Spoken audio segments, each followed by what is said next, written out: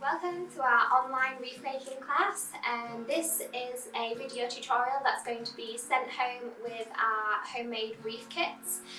You can either collect them in store or we can deliver them to your house directly, and we can even send them nationwide by post. I'm going to give you a tutorial today on how to make your wreath kit from scratch.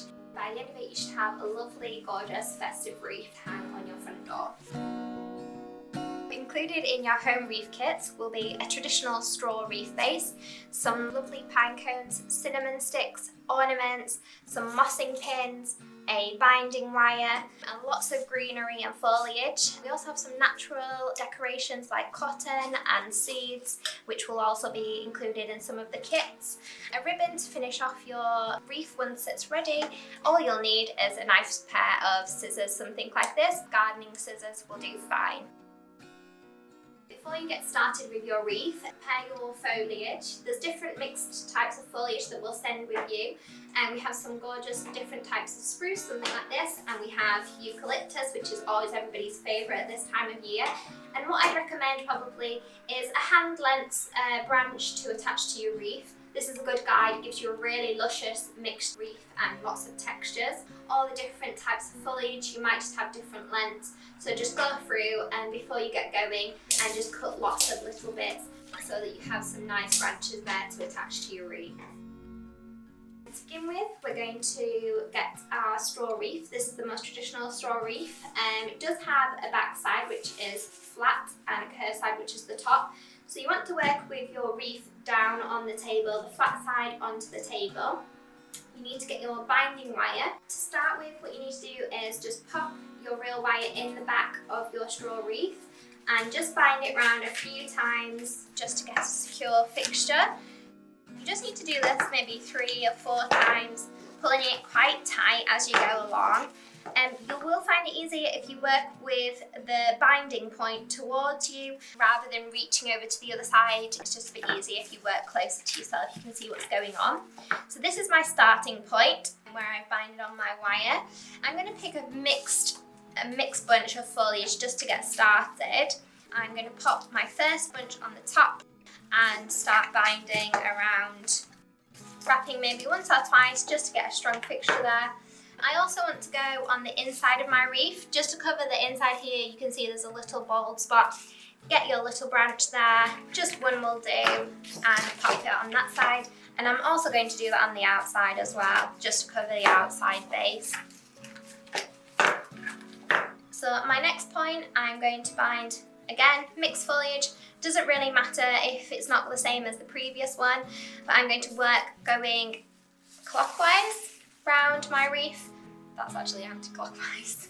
Anti-clockwise around my wreath, placing the next bunch of foliage on top of the old bunch that I placed before the previous bunch, putting it on the top, making sure I cover that binding point so you can't see it once it's finished, and again, wrapping round.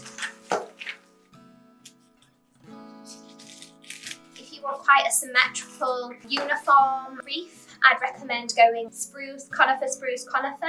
If you want quite a natural looking, quite textured wreath, I'd just go for it. Just pick whatever you fancy and mix it up as much as you can and get a really luscious textured wreath.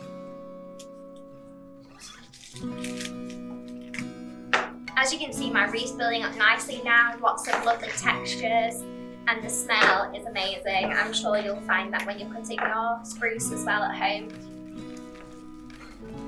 Getting near to the end of your wreath now, almost complete, you can see here. You want to keep using the same method, you just need to move that out of the way so you can get right underneath there so you have a nice continuous wreath.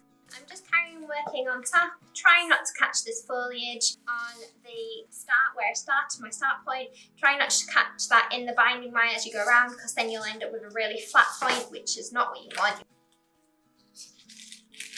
And what you want to do at your end point, you just want to be wrapping your binding wire around a few times. Pull it as tight as you can, cut your wire once you've finished, thread it through under the finishing point where you bound with your wire, sew it through a few times, make a little fishing hook. It is quite tricky, but you can just pop it through a few times, pop the end of the real wire into the straw bale so that it doesn't scratch your door.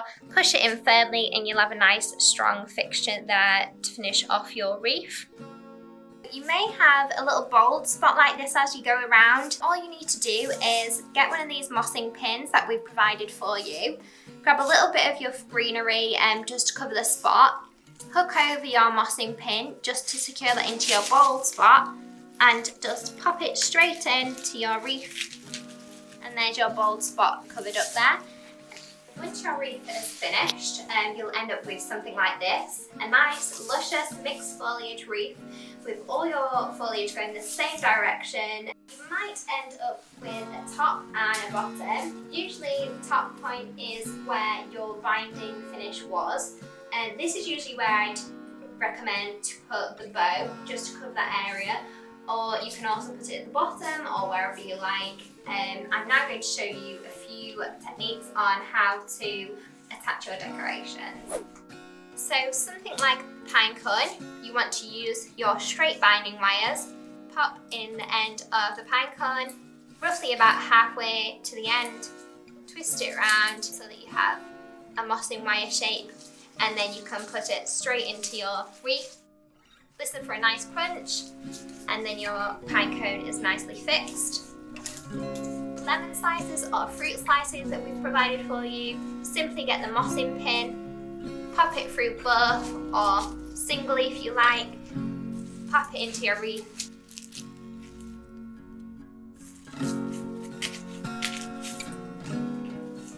The cinnamon sticks, you can tie them together by binding them with string, or if you have a festive ribbon, that's also quite cute. Just wrap them around a few times, make a nice knot. Using the mossing pin, pop it in the back so you get that nice bow on the front. And then again, just push it in. Place your ornaments wherever you fancy. I don't like mine to be too uniform, but if you do, you can put your ornaments wherever you like. You can also put your bow on at the beginning if you want to use that as a focal point, or you can put your bow on at the end when you've attached all your ornaments, completely up to you. With the baubles here, they do have quite a bendy wire. You just want to fold the bendy wires, twist them into a little loop, pop in the mossing pin and just press down strongly. You should be able to manipulate them to position.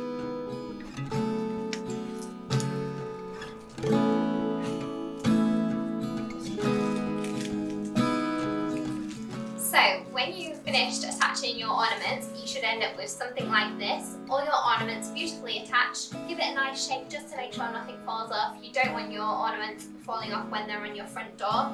Just to finish off there, a nice bow. You can put the bow at the top, bottom, wherever you like, and you can also put it on at the beginning if you want to have a focal point. I like to put mine at the end. Just pop it in there, and that's your finished result. Thank you for joining us at our wreath class, and we hope you enjoy making your wreaths at home. Bye!